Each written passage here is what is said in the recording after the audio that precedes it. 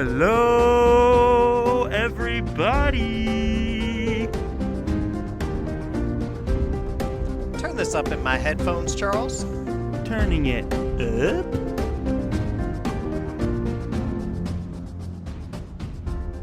Hello, everybody, one and all. Welcome to yet another very exciting episode of the Friends Talking Fantasy Podcast.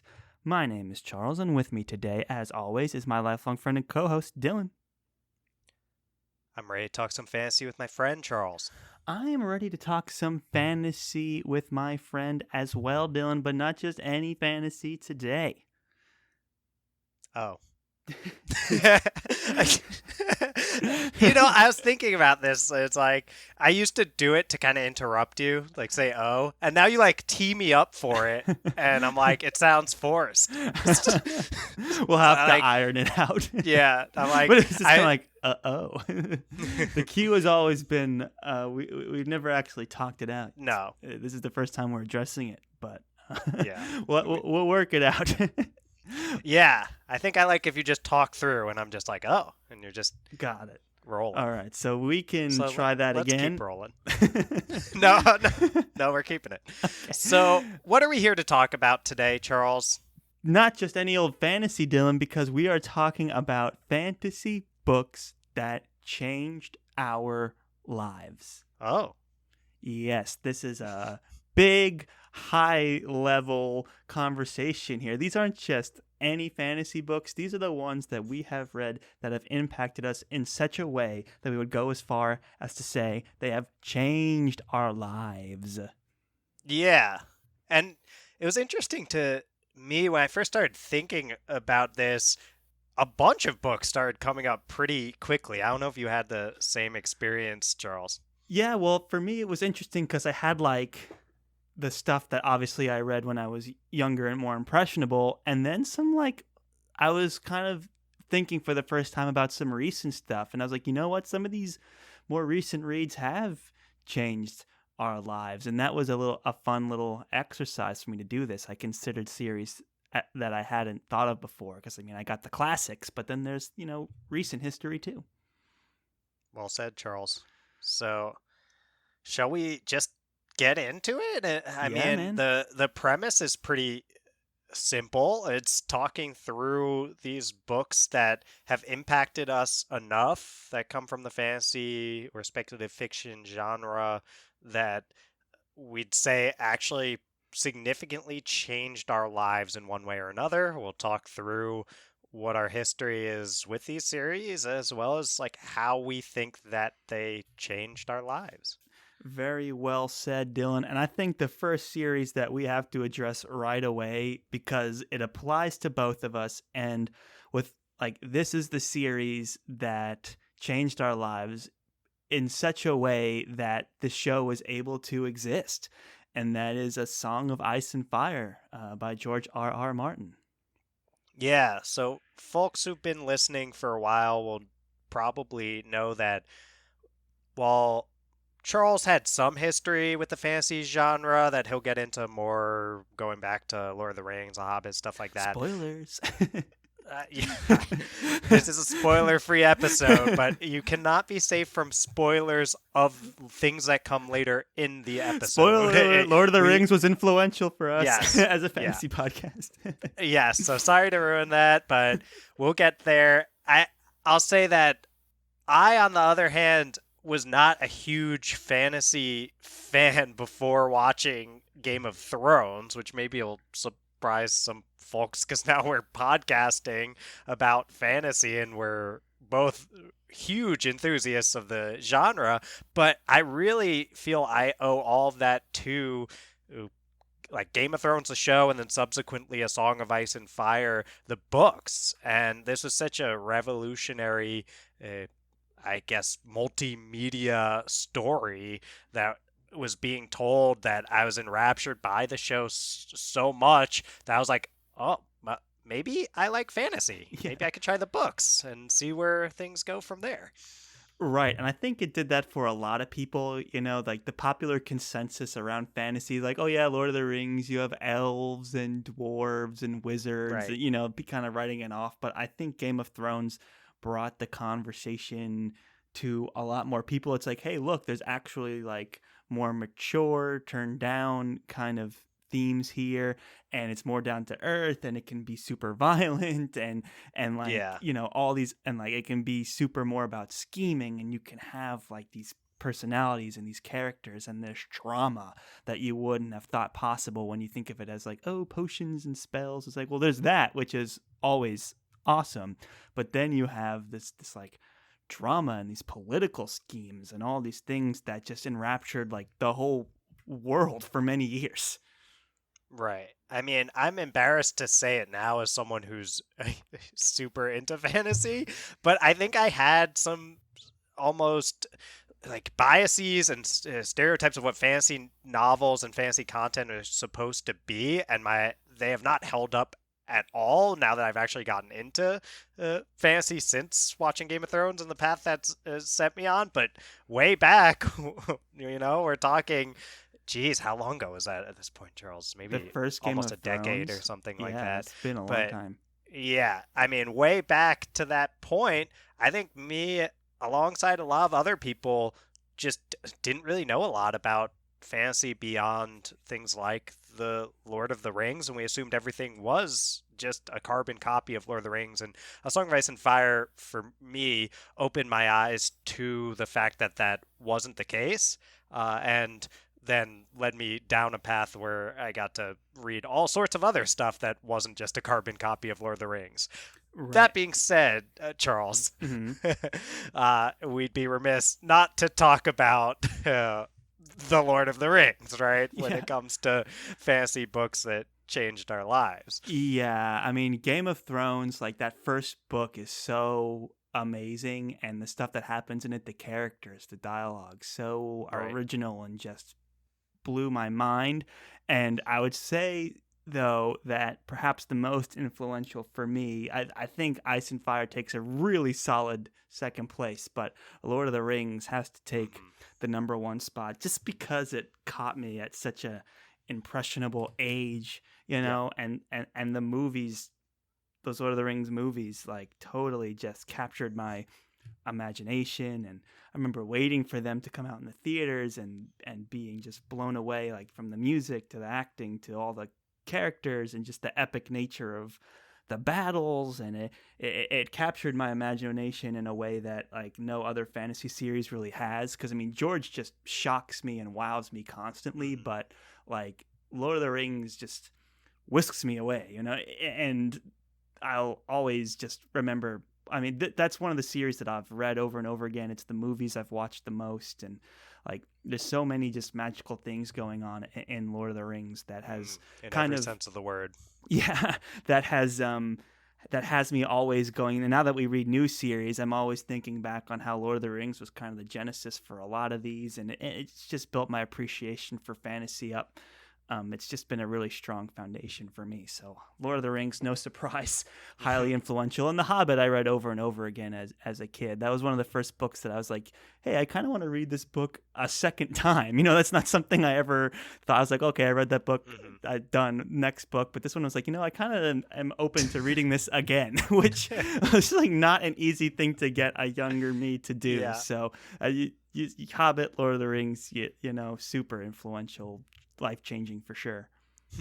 Well, yeah, I wanted to make sure I gave you the chance to talk through all of that, Charles, because you have so many awesome things to say about how Lord of the Rings has changed your life and influenced you. And I'd say the Lord of the Rings has changed my life too, but it's mostly been through you, right? Yes. Like we're if this is your first episode or whatever, we're lifelong friends. And Charles, though you never bang the drum too hard on forcing Right. me to watch the movies or uh, read the books. I do remember playing some of the video games with you Yeah. though when we were younger, and Yeah.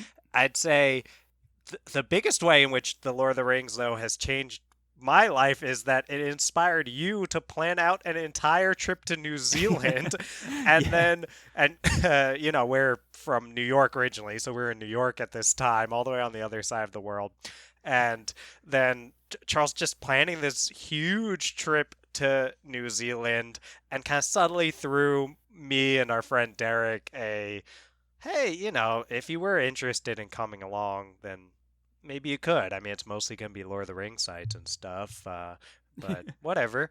And that was enough for me, where I bit, Derek bit, and before we knew it, we were on a trip to New Zealand together, going from the top of the North Island all the way down to the bottom of the South Island, that was climbing so Mount much Doom, fun. visiting Hobbiton. So, I mean, that trip was life changing for me, and it's always such a huge bonding experience between us three friends. We call ourselves the M Crew. All our Right. last names start with M. But yeah, no, that's when I think of how the Lord of the Rings changed my life, that's where I go That's first. a great point to bring up. The fact that that trip came together at the time it did, and just how much fun we had on that trip. It it was a life changing trip for sure. We never really traveled too much together, but it was like, hey, we've been friends since grade school, and like it was right on the cusp of us kind of moving like into other states and things like that. So it was just a really great trip, and then just to see another part of the world was just Mm. all such a fantastic experience. We were lucky we were able to do that, and we got to see so much of lovely New Zealand, and it was all thanks to me just All thanks to fantasy you. planning a yes, it was pretty much all me fantasy It is planning a true. trip through all these filming sites in New Zealand because I was like bored of my desk job in New York. Charles, we should have seen the signs back then that you were going to be a logistical mastermind Yeah. who eventually goes on to be the logistical force behind this entire podcast when you Yeah. planned out that entire trip. But Yeah, you I did. I planned had a that whole binder. thing out, dude. Yeah, you had this huge binder. I guess just the extent to which you did all of the work and Derek and I did, we did a little bit, You guys but did some good work, and you know what? We have early episodes on the show where we bring Derek on and talk about the yes, trip that, although we're very amateur hour, even more so in our even more. production. Like we're still an amateur show, but we were more amateur back then. It's still worth a listen because we talk about the trip in detail. But yeah, there was a lot of moving parts. We were in a different city pretty much every day, and yeah, it was just Yeah, always life changing when you get to see another almost. part of the world.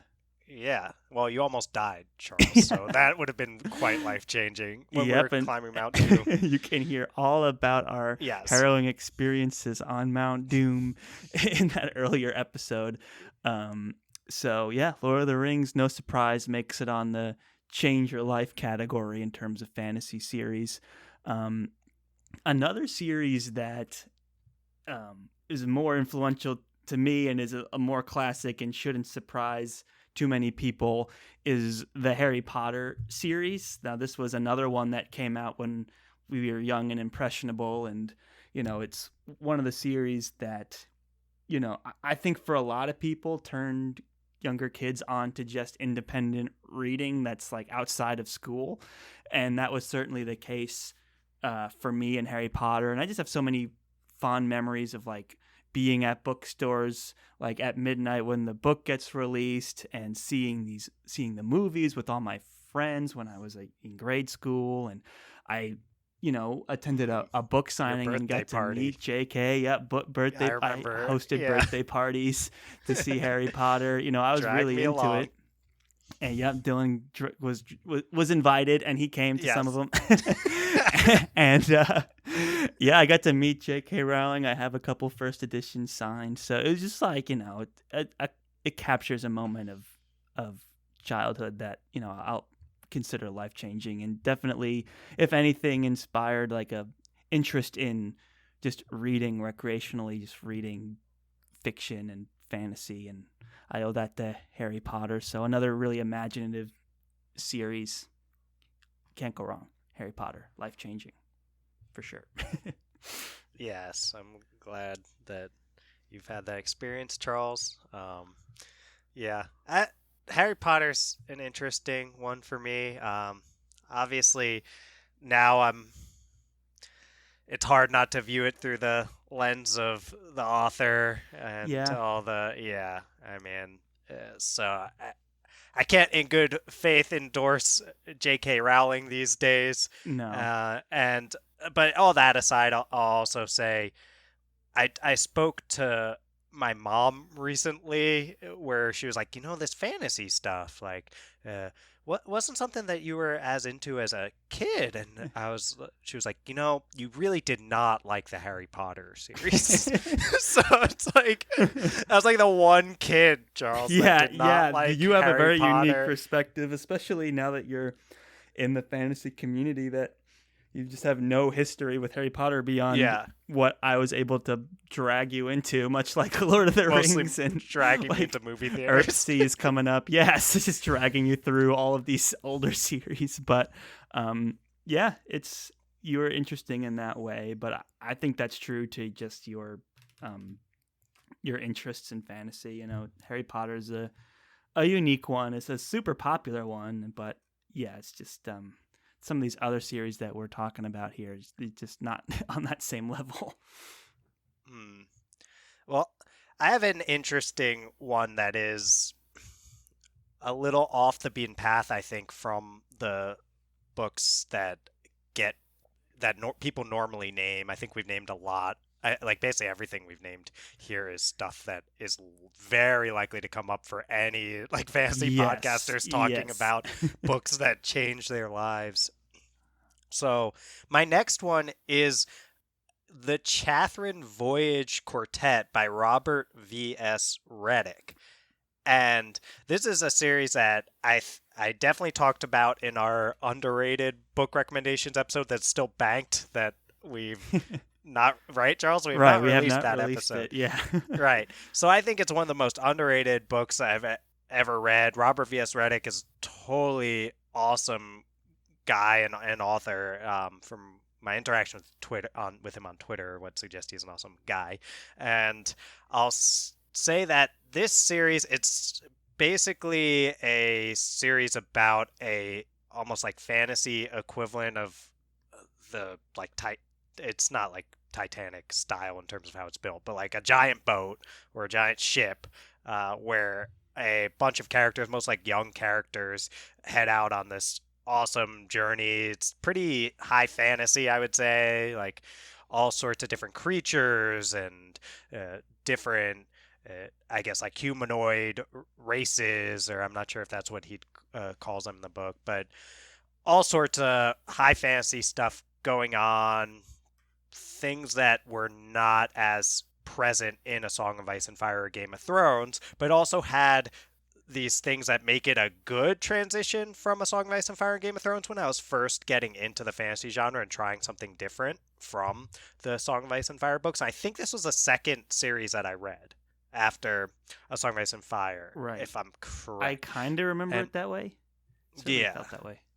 so the things that I think made it a good fit and made it something that bestfantasybooks.com website that we used all the time when we were Yeah. first getting into the genre, Right. a big thing that they said was that there's like politicking going on Mm. and good characters and lots of sort of these delicate navigations of social situation. I saw that going on, especially in the first book, The Red Wolf Conspiracy, but it went that next step into kind of unabashed high fantasy in a way that I think I had to see done well for me at this critical juncture in my Right. life, seeing if I'm like a fantasy reader or I'm just a fan of A Song of Ice and Fire. Right. I needed this to go well to become a fantasy reader, and it really did. Like, love the way the characters grow throughout the series. It's kind of got that stuff. I know we were just recently talking with Stephen and Jake from Fantology about how their experiences of the Wheel of Time characters, a big part of it is how much they get to grow throughout the long 14-book series, and they start pretty young. The Chatham Voyage Quartet, by nature being quartet, is 4 books, but it has that kind of feeling. That's one of the big things that I grasp onto with it, of the characters, where by the end of it, I was like, wow, I feel like I've been through so much with these characters, and it's so good for that. It's a great journey. There's more just kind of like soft magic stuff going on, and I think when I got through all of it, and it's also got, and what I think is an incredible ending, and is a divisive ending, I'll just say.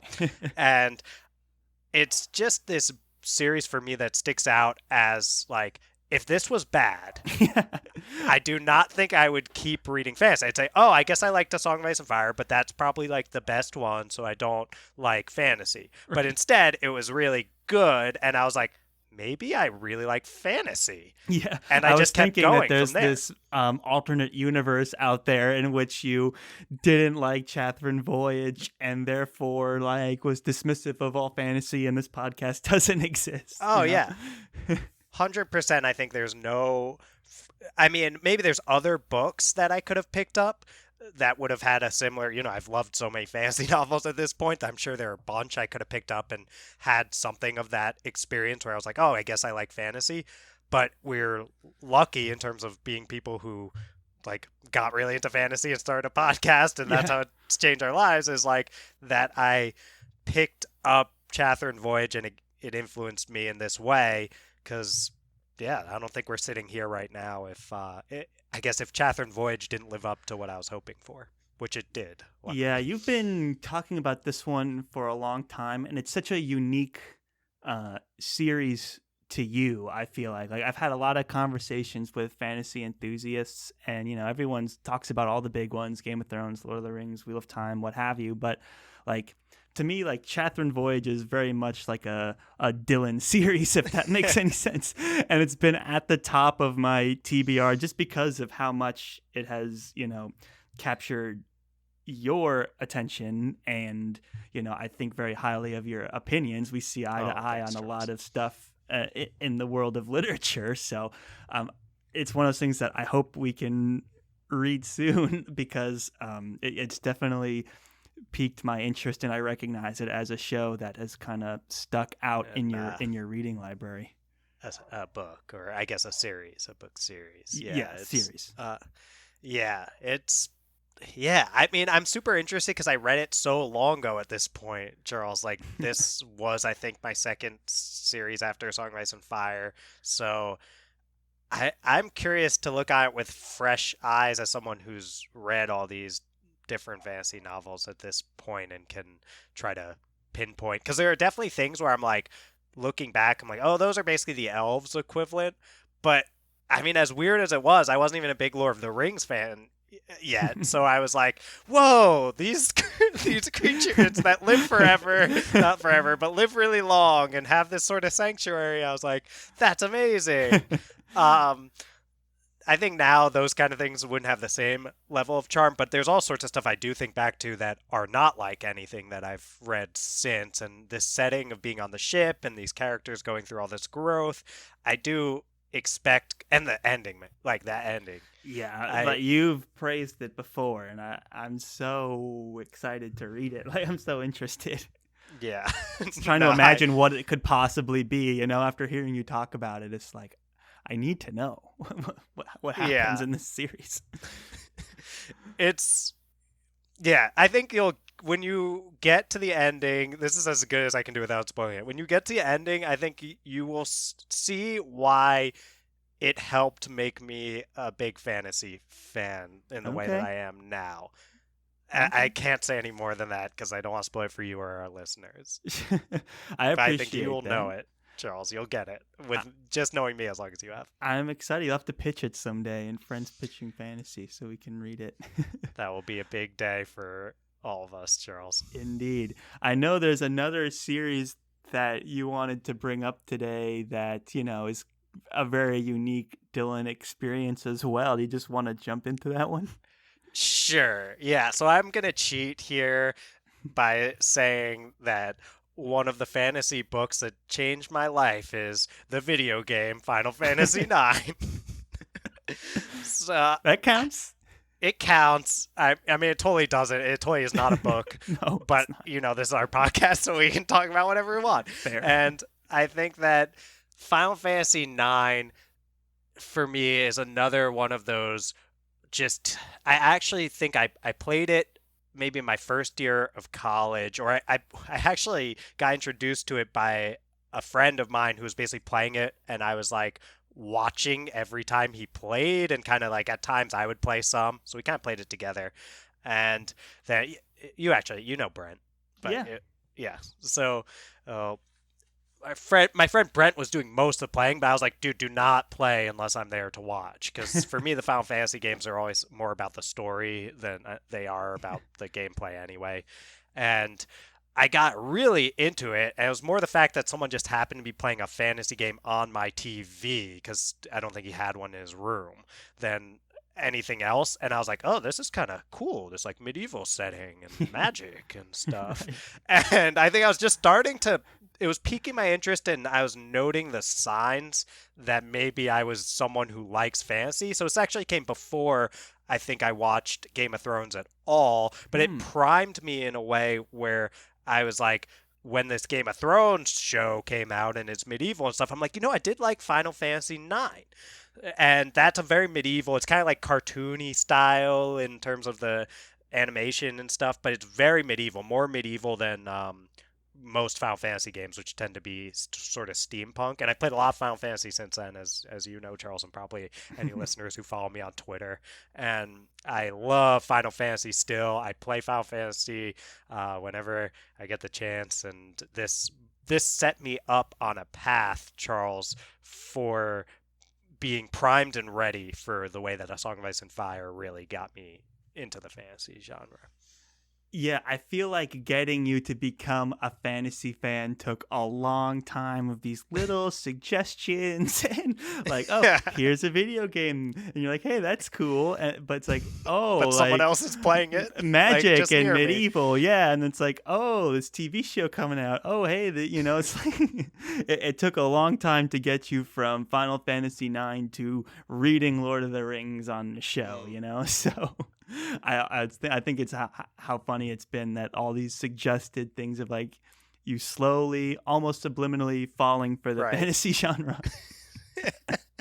Yeah, no, Charles, you can probably speak to this better than I can, but as my lifelong friend, sometimes it can be difficult to convince me of things, you might say. Yeah. But usually once I'm convinced, then I am Yeah. relentless. It's much easier to have Dylan suggest things than to try and talk him into it. So it's like, hey, you like Game of Thrones, you like Final Fantasy, why don't you try reading some of these books? And you're like, okay, Chatham Voyage, like Game of Thrones. Okay, I really like that. Okay, all these other series. And now it's like, all right, I'll read Lord of the Rings. So it's like, we did it, guys. We did it. And now reading Wheel of Time, thanks to you I know, I and can't Steven and believe Jake it. and everyone else who's talked me into that. So here we are, Charles. I mean, You on this picked path. it too. You picked Lord of the I know. Rings. You picked Wheel of Time. Yeah. So very exciting stuff. So yeah, big influential moments there. I guess the fantasy book that is kind of unique to my journey and kind of off the beaten path. Still a very popular book, but it's more science fiction, so it is also kind of cheating.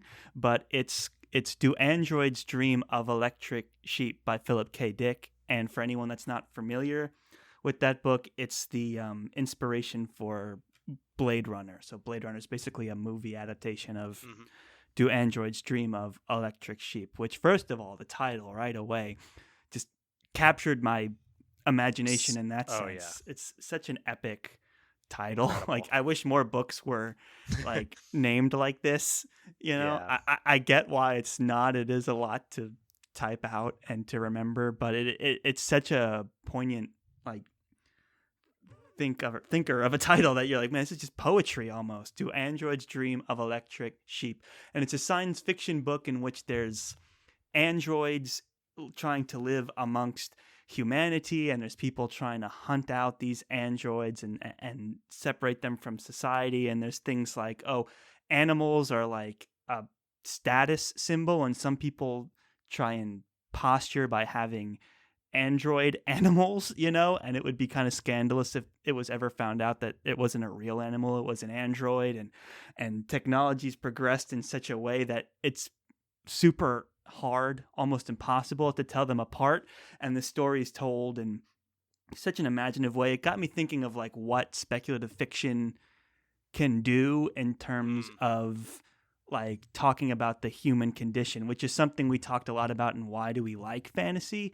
And I think a lot of my answers for why I like fantasy were questions that I first thought of reading Do Androids Dream of Electric Sheep, where it's like, oh, what is it to be human when you have a world where androids are almost indistinguishable from humans, and how would humanity kind of react to that? Like how they don't, they just accept and love somebody, then you find out they're an android, and all of a sudden that changes your opinion of them, So it's like those kinds of things and identity and stuff like that. It just really, like, I was like, oh, this is what fiction can do. Because, there's like Harry Potter and Lord of the Rings, which is a fun, epic, creative journey. But then there's these things like Do Androids Dream of Electric Sheep that get you actually to think about, like, wow, there's like how humans exist in this world, and what they would do in these fantastic situations in which things like super realistic androids exist. So I had to throw that out there. And the book title was always inspirational to me as well. So just those things are what really has it stick out for me. Like it's kind of dated in a way. It's like really like, classic science fiction.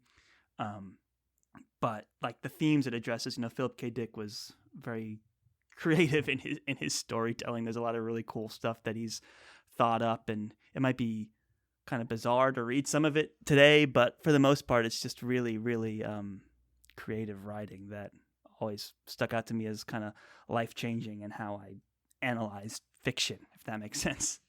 Yeah. So you're basically saying, it sounds like, that this book got you really excited about the possibilities provided by the speculative fiction genre, or like that umbrella term of SFF, right? Right, yeah. Sci-fi fantasy. And I've always thought that, it reminds me a lot, Charles. Well, am I allowed to say what you did or didn't pick in Friends Pitching Fantasy? Sure. Yet? Yeah, I think so. Okay. It reminds, although you did not pick Ken Liu's The Paper Menagerie and Other Stories, right.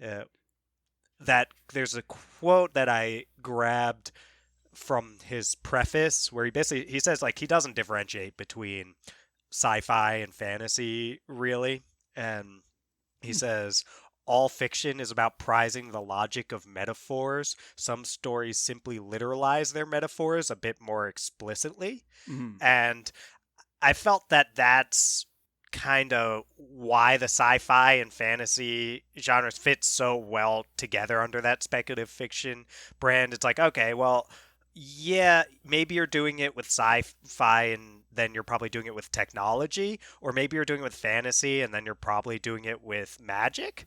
But really, end game here, it's about how are you literalizing your metaphors when you're telling a story. And it sounds like that's something that Philip K. I wouldn't be the first one to say that's something that Philip K. Dick does extremely well, and something that you really latched onto. Yeah, that's a really great perspective and a great quote also. I remember you had brought that up on another episode. It's so true. They teach you in English class, if you remember, Dylan, back. Mr. Miller, yes. Shout out to Mr. Miller, our exactly. English teacher. Sitting in English class, analyzing metaphors. For me, this was like the first time that it was like engaging and provocative, and sometimes you have to discover it for yourself, and that was the case here. I was a lot younger too, so that had a huge part of it as well. So, like the way I analyze and appreciate certain stories in fantasy is a lot to do with like something that switched on in my brain from reading Do Androids Dream of Electric Sheep. So that's just why I had to put it on the list. Well said, Charles. Well, you want to know something that switched on in my brain after reading a fantasy novel? Yes. Or a series, I guess, is after reading the first Law series by Joe Abercrombie, which Yes. is another, I think I was already bought in on fantasy by the time I was reading the first Law series. So it doesn't have the role that I've been describing for a lot of these, which are kind of like, how did I end up a person who spends as much time reading fantasy and talking about fantasy and engaging with people on social media about fantasy, which is like how so many of these things changed my life. But I think I was already bought in by the time I got to the first Law series. It definitely helped, and like maybe my favorite series of anything I've read. But the biggest way it's changed my life, Charles, I think I've mentioned this before on the podcast, is just more than anything, the phrase, once you've got a task to do, it's better to do it than live with the fear of it. Yeah. And I think about that maybe on a daily basis, Charles. Like, I mean, folks who've been listening probably know I'm pursuing my PhD in counseling psychology right now. And I'll say that often comes with a lot of tasks to do that one could easily live in the fear of doing. And I think that just the way that that's become a mantra for me, it's something that Logan Ninefingers, if you haven't read the first Law series, it's something that Logan Ninefingers says all the time when he's got something just unpleasant he wants to take care of. And I just started saying that to myself because I used to procrastinate so much, Charles, so much. Right. And you remember me in high school. Yeah. I was Oh, yeah. cranking it out right before like lunch, the period before Mr. Miller's class. I was doing my like, let me figure out what this metaphor means because this is coming up in 2 periods. Yeah. And then, I mean, to be able to actually have a shot of getting all the work that us adults have to be able to get done, I've had to learn from Logan how to stop living with the fear of it and just to get a task done once I've got a task to do. And I legitimately would say maybe not. I don't know. It might be every day. Wow. It might be every day. Yeah, I think mean, of that Logan phrase. Ninefingers got into a lot of people's minds, and he's such a great character. I think for me, what the first Law series, how it's influenced me the most, like my journey of reading it, it was kind of like my Chathron voyage, where it's like I read Game of Thrones, devoured it, and I was looking to get more into this modern fantasy, and it was one of those early ones. And as a series, it stood out to me so much that I remember being like, wow, fantasy has a lot more to offer than I ever thought. And that was never more apparent than reading First Law. Like Abercrombie just has such a unique voice, and what he sought out to do in First Law was so different than the other fantasy Yeah. series that I had been reading that it just made me so much more curious about more modern authors and how they're kind of carving their place in the genre because of how successful Abercrombie was. So like just the humor aspects of it, the S word subverting aspects of it, and also the humor S-word. and the characterization and all these fantastic things that were happening. It's like not we're so far beyond Tolkien clones now, where we have these authors telling their own unique stories, and Abercrombie kind of kicked off a lot of that for me, and I was like, fantasy has a lot more to offer. I got to start reading new authors now and see what's going on in the modern fantasy world.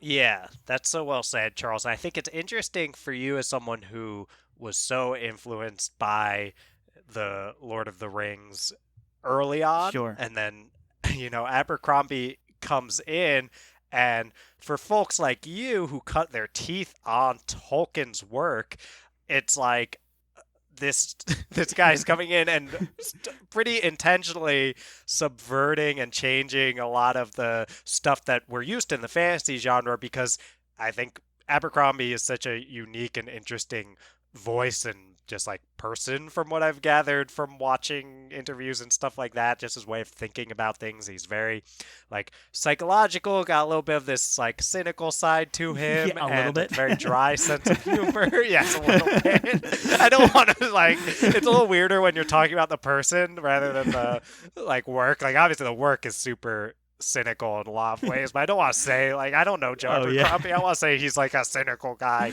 but I wouldn't be surprised. Yeah. I'll just say that. And he's got this very dry sense of humor, both in his work and just when he's talking and being interviewed and stuff. And he, you just, it's basically this lens, like we're putting on the Joe Abercrombie lenses and taking a look at Lord of the Rings is what Abercrombie invites you to do in a lot of ways with the First Law. Hmm.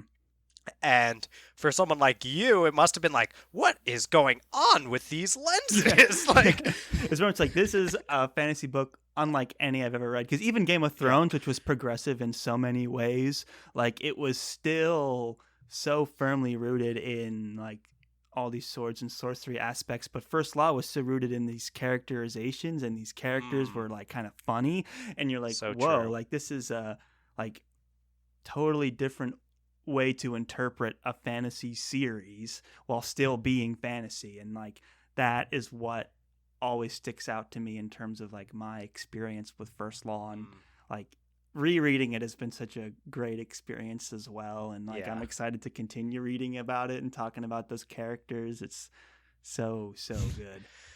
Right. Definitely that's a big part of what I love so much about is that you can tell Abercrombie cares so much about, well, the psychology of his Right. characters, and he he takes his time and focus toward that in a way that, I mean, you see happen a lot more now in fantasy, but Yes. coming from someone like your perspective when you were reading it, where it's like you're used to Tolkien, which is a little bit more removed from the like direct point of view of the Yeah. characters, Yes. and way Yes. more focused on this like, let me tell this big epic tale with these big heroes, and Abercrombie's like, let me put you right in the middle of Yeah. Logan Nine Fingers POV Yeah. here, and you're gonna deal with all his pondering and barbarian philosophy ways Yes. in such a psychological manner, and it's so Yes. great. It's Super yeah, well it's said. A great fantastic. modern voice. And for me, another series with a really strong modern voice, and the reason why it's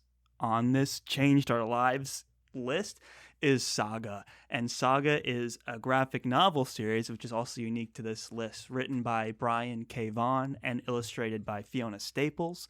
And I put this on the list because it's another example of what a modern fantasy story can be.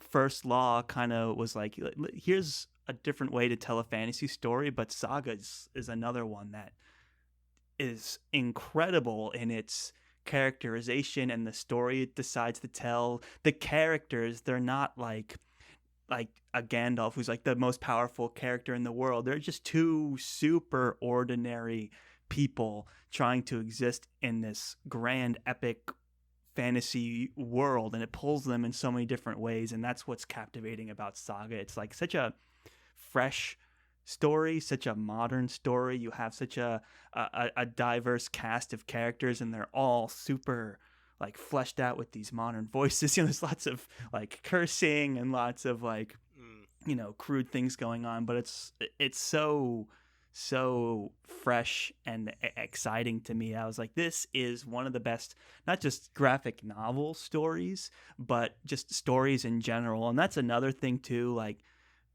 I had a conception of graphic novels going into reading Saga that was just totally wiped away. I was like, "Oh, mm, so you can tell a lot more of a story than I thought." It's not just like blood and guts or superheroes. It's like you can tell a really emotional, like human story, and Saga is a huge part of that for me. So had to make it on mm. this Changed Our Lives list. Gotcha. Yeah, because this was the one. So I love Saga. It's one of my favorite stories, Hard Yes. Stop. And I, Brian K. Vaughan's storytelling and Fiona Staples' illustration, unbelievable. Like, So it's what a duo, right? so good. And I mean, I think it was the one that I saw in here, and I wasn't entirely sure what you were going to say in terms of how it changed your life, I guess. Because I was like, I would. if you literally just had me name like what are your favorite stories ever, like I said, Saga would come up for me, but I didn't think of it as changing my life. Right. But I guess for me, it's made me someone who, I guess similar to you, Charles, but I haven't read as many graphic novels as you have or comics. It's made me someone who's like, oh, you can tell amazing stories in this medium. And, now we've read things like Monstrous and, thanks to the great Beth Tabler at Beth Tabler, give her a follow. Yes. Yeah, I've gotten to see the like amazing things that are being offered in that medium, and I think that I might not have gotten there without Saga, and the wonderful folks who recommend things like Monstrous to sure. me. So Yeah, and I can't stress enough how progressive this story feels to me. Like we're so in good. like this new era of modern fantasy, and I think Saga just fits into that mold so well. You read all these classics like The Lord of the Rings and even like The Wheel of Time and stuff like that, and then you read Saga, and it's like we have come a long way, and and for me, it's just like I got to rethink like how to tell an original story. Like this, like Saga achieves that so masterfully. So, big fan. Yeah, sounds like it instilled a whole nother level of passion for just the craft of storytelling. Very well said. Than you had before. Absolutely. Like you said, best one of my favorite stories. Hard stop. Yeah. Yeah, there's nothing like Saga, and I mean, another book, Charles, that I would say there's nothing like in many ways is the Mistborn trilogy by Brandon Sanderson. And I think probably the way in which for me there's nothing like Mistborn is there's nothing like Mistborn for turning on a new fan to the fantasy genre. So I think we've talked a lot here, Charles, about how like both of us have gotten to a place where we're huge fantasy enthusiasts, and we talk about on our podcast for hours every week, and we can't get enough. And when you reach that place, Charles, a next step becomes, how do we give back? How do we go beyond and get people to follow this same path that we've followed? What will be their Catherine voyage, Charles? And for me, while I would always recommend the Catherine Voyage too, one of the first things that I'll recommend to folks I'm trying to bring into the fantasy genre is the Mistborn trilogy by Brandon Sanderson. I mean, we're talking about, from Sanderson's work, he's a #1 New York Times best-selling author, and the things that he's getting that for 1,000 plus pages. So he has this ability to write epic fantasy in a way that is so accessible. I mean, that's the thing. Sanderson's so impressive in so many ways, and maybe the thing that I find most impressive is that. And if it's a way that Mistborn has changed my life, it's by being a book that I've actually been able to get, like, I think 4 or 5 people in my my PhD program to be able to like actually pick up and read, and like all of them have really enjoyed it. And then all of a sudden, look what you're doing. Yeah. You're a person who has potentially made another fan of the fantasy genre, and you're talking to other people out there. We love talking on the podcast, we love talking on Twitter, and we also love talking to folks that we meet in our day-to-day lives, and turning folks into fantasy fans is a way I think Mistborn has helped change my life. That's very well said. I'm with you 100% there. I'd say, just to add on to Mistborn, there's this like meta aspect in which we talk about fantasy that I think I was first kind of turned on to through Mistborn, because Sanderson is just so public about his writing process and the way he plots a story and the way he weaves in threads, and just reading about like the structure of a fantasy story, and then talking about fantasy in the way we do a lot now on the show is like, how does the author setting this up? How is he delivering on the reading experience? How is he like threading these stories in? And for me, Mistborn was kind of the gateway in terms of having those kinds of conversations. A lot of that goes towards obviously Sanderson being so generous with his time and his knowledge. Time and insight. Yeah, and his insight. Yeah, and exactly. then like being able to then use those resources that he provides to have conversations between us and on the show. So life changing in that it's like, here is fantasy like as a like fantasy writing as a philosophy, as a style, and being able Almost a science. and being like, okay, here's how Sanderson's science of fantasy works. How does that differ from Abercrombie's or from George Martin's? And it's those conversations that have like fueled content on this show so much. Like, how often do we compare things to what like Sanderson has done or to what Tolkien has done, you know? And I think just Sanderson being able to kind of lift the veil a little bit and talk to his audience in a way that we can see what his real intentions are has helped so much with that. So totally agree, Charles. And you're talking about stuff that has fueled content on this show. I think that it's hard to do better than Red Sister by friend of the show, Mark Lawrence, for things that have fueled content for us and just like instilled a whole nother level of self-efficacy for us as podcasters and like taking ourselves a little bit more seriously as people who like maybe can talk about this stuff and other people would want to listen. Because when we were doing our buddy read of Red Sister by Mark Lawrence, we just kind of threw it out there. We tagged the great Mark Lawrence in there, just kind of like, I don't know if I even thought twice about why I was doing that, but you know, it was so long ago I didn't make those kind of decisions. We were like not thinking of ourselves as like people out in the community. We were just like this lonely Twitter account, and we throw out like this tweet of, hey, like, we did a buddy read of Red Sister by Mark Lawrence. And then I'll never forget that day, Charles, because at some point we just saw that like Mark Lawrence had liked it, and then he retweeted it and actually commented saying it was a great listen, Charles. And I was thinking that that's the thing that goes on the, if there was a Friends Talking Fantasy book with a cover, it would say a great listen. Mark Lawrence, international best-selling author. Yes. So I mean, I feel a little like you know, this braggy talking about it or whatever, but I'll say that this changed everything for us as people who podcast about fantasy, to have someone like Mark Lawrence that we have admired for so much longer before we ever even thought to make a podcast talking about it, and then we just talk about his work and he actually appreciated it. We're like, oh, like maybe this is something other people would appreciate. If Mark Lawrence appreciates it, then hopefully other people will too. And I think in terms of us being like, okay, well, let's do this. Let's go all in. Let's be podcasters about fantasy. Right. That was a huge moment that changed our lives in that way. And I remember like you and I, like I called you, we're like talking about like Mark Lawrence, listen.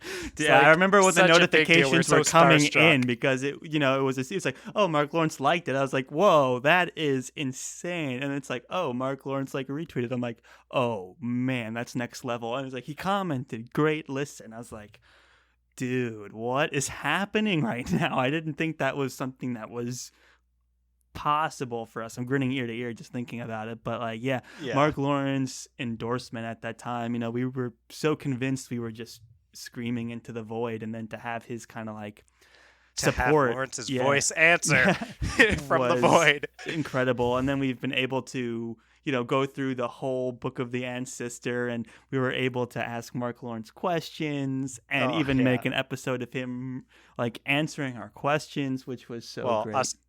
Us reading his answers. Yeah. He wrote in some answers to our questions, and we read them on the show, and that was like so much fun. And like when that episode went out into the internet, I was like, that is like a milestone for us as a show, right? You know, to be able to release an episode like that, and it was just all because of Mark Lawrence's support, of which, you know, if we hadn't read Book of the Ancestor, it wouldn't have happened. So life-changing for sure, and super appreciative to Mark Lawrence as well for his time and all of that. Yep. It was just such a great moment. And so many of these series are from when I was like 15 or younger. So to have one that was in the past 3 months is super special. So yeah, Book of the Ancestor, life-changing for sure. Yep. And also great series, great book. Like, I think it's for Oh, us, yeah. sometimes that can get a backseat to the conversation about like how much we've appreciated Mark Lawrence and his support and things like that. But also, I mean, Red Sister, I pitched it because I've loved that book since I read it way before the podcast and things like that. Red Sister is a fantastic book, so definitely check that out. I'll also say the Mark Lawrence, Experience. what we're talking about with Mark Lawrence, if he ever starts a band, then I hope that's what he calls it, the Mark Lawrence experience. But yeah, this stuff we're talking about with Mark Lawrence, I think that's one that's super salient. But the whole, speaking of things that have changed our lives, Charles, I think that probably the biggest thing we can talk about in the way maybe like fantasy as a genre has been changing our lives has been the way that we've felt involved in this greater community now. And I feel like I have all these like friends that I've met through the genre over social media, even just like over collabs and things like that.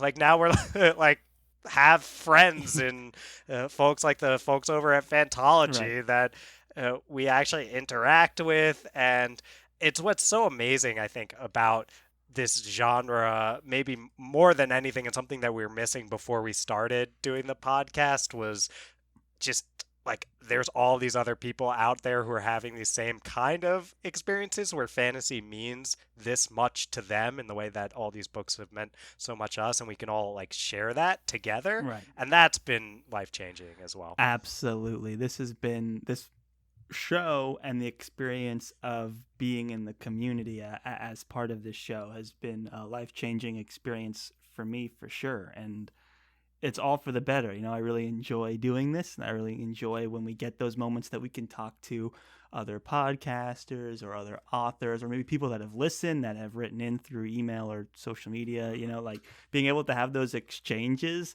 is like the best part by a long shot. Like I have people emailing me being like, how could you refuse to read Gentleman Bastards? And I was like, I'm sorry, it's Dylan's fault. So like just to have those moments is so much fun as well. So the show has been life-changing. Oh, Charles. And what has been life-changing for me? What? Just being on this lifelong journey of friendship with you, Charles, and it continues in each one of these Friends Talking Fantasy episodes. Dylan. This is an important friendship for sure, and I'm happy to be on this life-changing adventure with you as well. Well, you've said it all, Charles. You've said it all. Nothing left but to play that sweet, sweet outro music. Thank you all so much for listening to yet another very exciting episode of the Friends Talking Fantasy podcast. This has been your co-hosts, Charles and Dylan. If you like what you heard today and you want to get involved in the conversation, you want to support the show, Twitter's a great way to do that. You can find us at the FTF podcast with a number 1 at the end. We are also on Facebook and Instagram at the FTF podcast. You can always send us an email at the ftfpodcast@gmail.com. And Dylan, if they wanted to further support the show in a free, easy way that means a lot to us, and they just so happen to be listening on Apple Podcasts, what can they do? Toss 5 stars to our podcast. They can click on the Friends Talking Fantasy podcast page on Apple Podcasts app and just scroll all the way down until they start seeing some stars. And if you do see those stars and you want to click 5 of them, that would be the optimal number that we'd want. So then you can also write a review if you do happen to have time. But just getting to this point where you're hearing me ask you to do this, just listening, that is more than enough. Thank you so much. Thank you all so much for listening. We greatly appreciate you. And as always, go forth and conquer, friends.